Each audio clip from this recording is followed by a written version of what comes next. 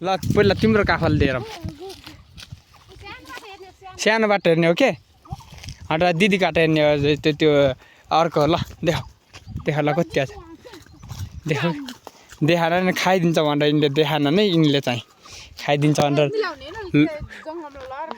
लोभी रहेछ अब यिनलाई चाहिँ छोडेर जाने यही जङ्गलमा यही जङ्गलको बाटो हामी ऊ पारी पुग्यो त्यहाँ छोडेर बाटोमा छोडेर दुगुर्दै जाने नदेखाएको भए ल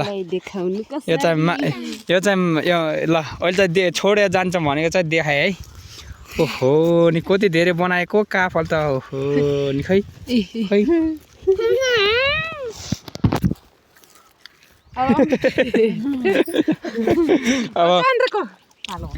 अब हाम्रो साली नानीको अब कालो पिरुङ्गोमा भर्नु भएछ कि भर्नु भएको छैन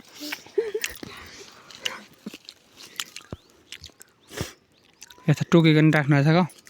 छ यस्तो टोक्दै राख्दै गर्नु छ हेर्नु न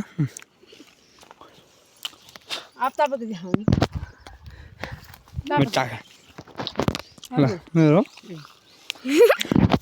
अब मेरो पाल है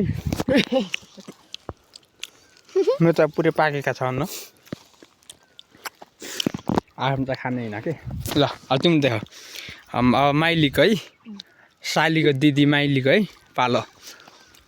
हेर त कति धेरै भोरेको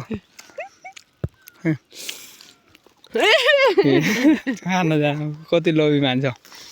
ल अब कता जाने हामी